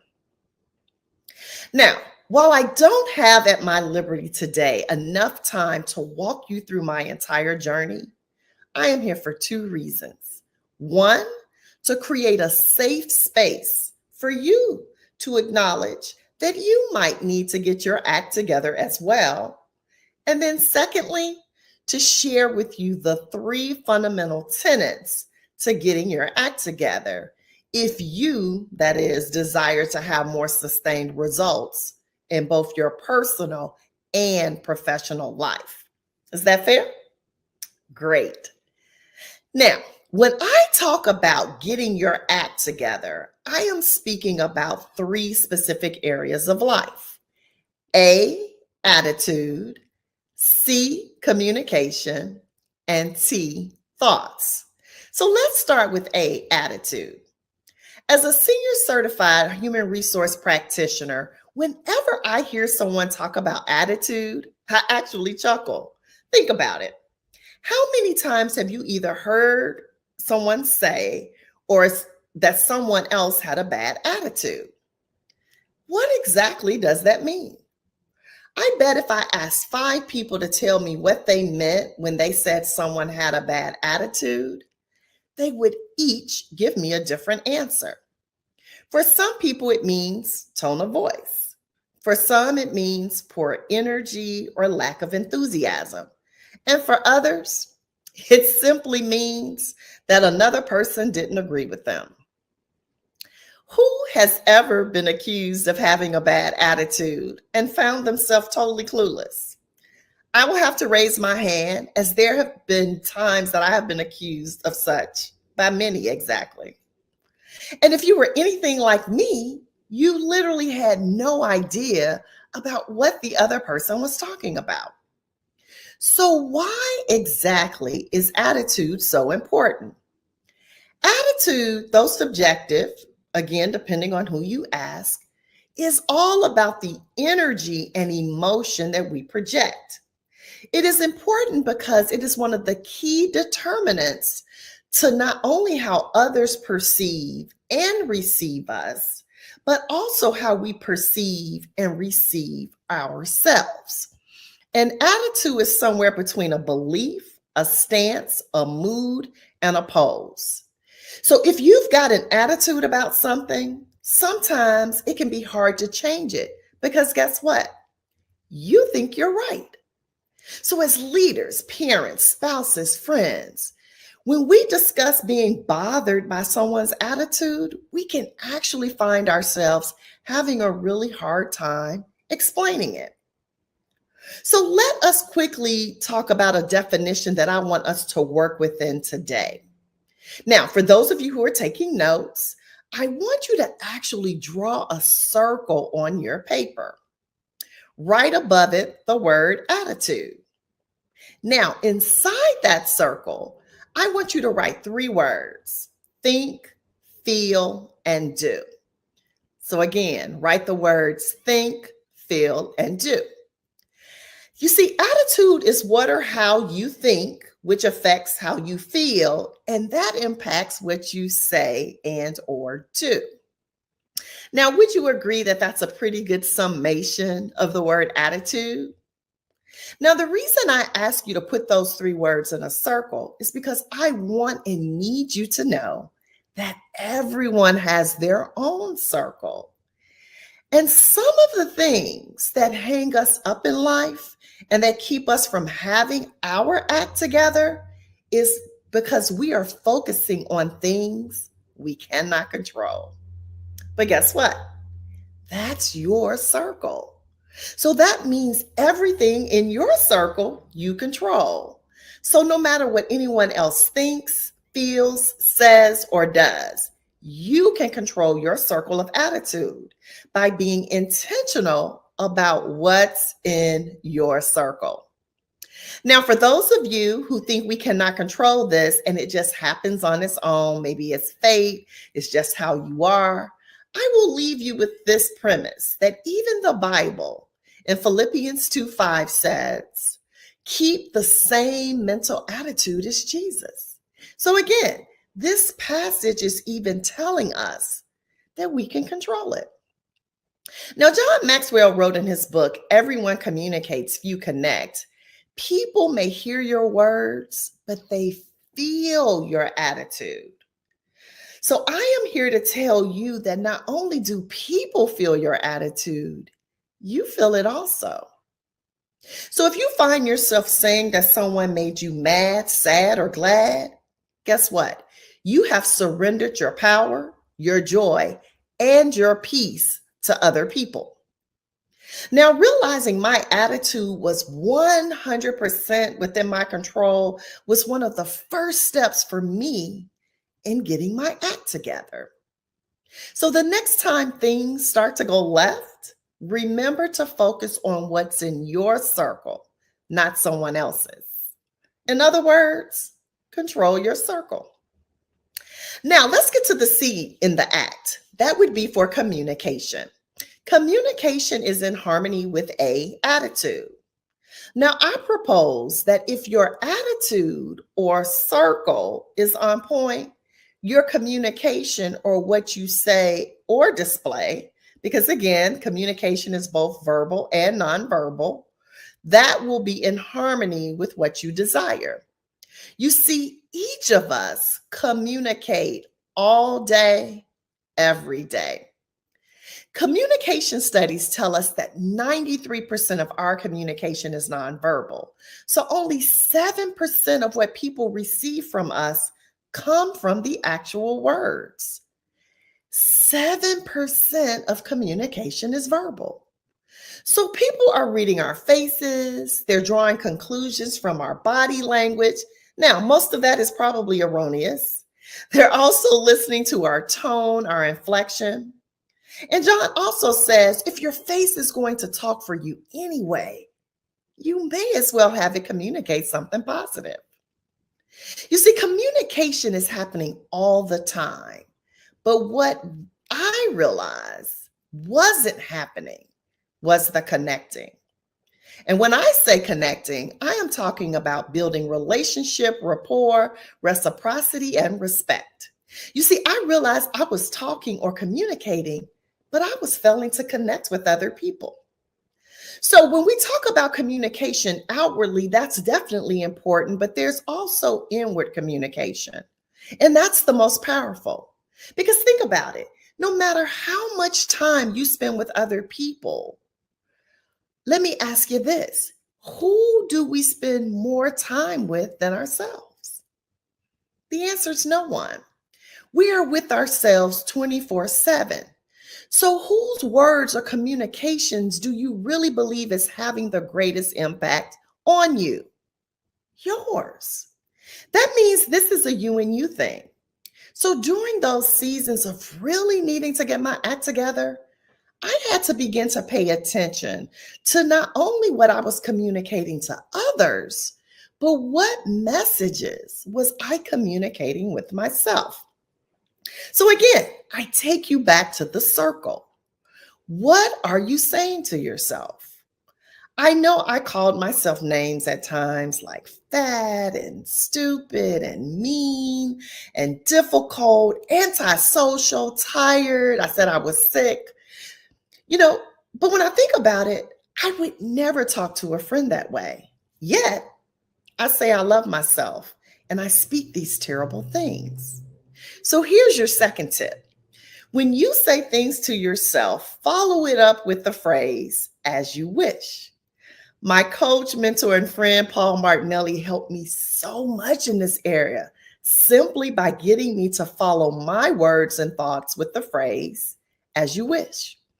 So if I look in the mirror and I don't like what I see and I think something like, ugh, you look fat, my mind immediately says, as you wish. This tactic immediately brings the unconscious talk to me consciously. So then that gives me an opportunity to say, oh no, that's not what I want, and then speak something more positive to replace that. Trust me, I am years into this and I'm still a work in progress, but I am so much better than I was.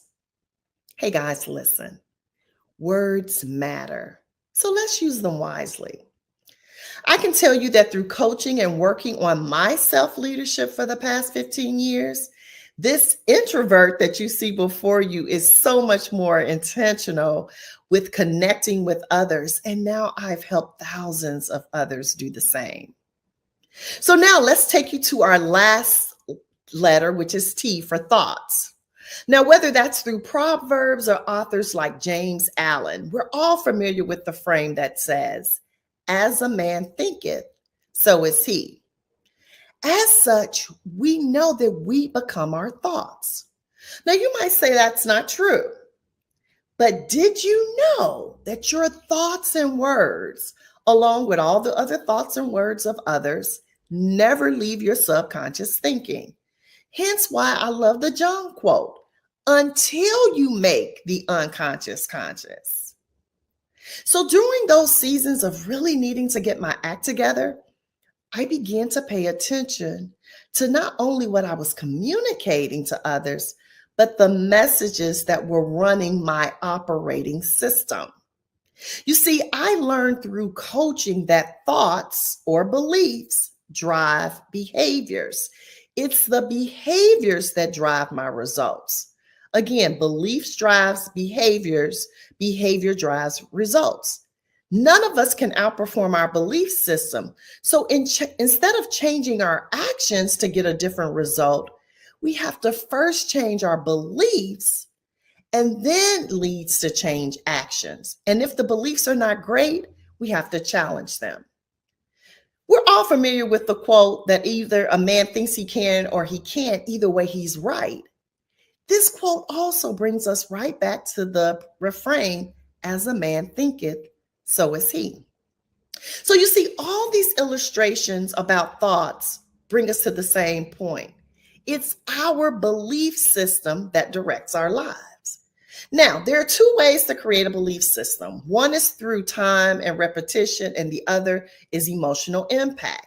That's why some things become habitual for us. We become unconsciously competent. We do these things without even thinking because it's a habit. We believe something because we have an emotion attached to it. So think about it. If I have happy memories associated around something, I tend to like it. If I have a bad emotional experience around something, for instance, like the first time I see a dog, if it scares me, even after one encounter, I now do not like dogs and do not see them as man's best friend. And so no matter how many stories you tell me or pictures you show me of your amazing fur babies, I don't like dogs. That emotion from that fear of the first encounter formed my belief. That belief formed my action, which is I stay away from them. And that leads to my results, no pets. So how do we think differently?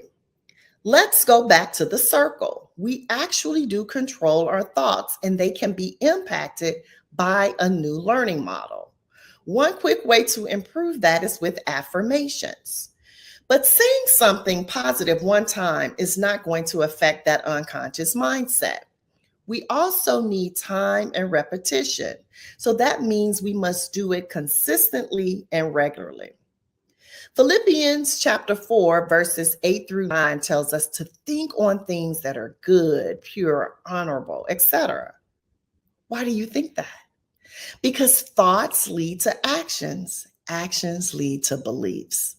Actions lead to results, As such, I intentionally think the thoughts and say the things that support what it is I desire for my life. And this has helped me to accomplish business goals and have a peace that I never thought was possible for me. So as we all continue to work on getting our act together, or our attitude, communication, and our thoughts, know that while this work is simple, it is not easy. This is a daily journey, and some days are going to be better than others. But now that I'm able to use what I have learned to get my act together to help thousands of others do the same, I do that through accountability, coaching, training, and support. Hi, my name is Angela Hooper Minifield. I am a high-performance coach, speaker, trainer.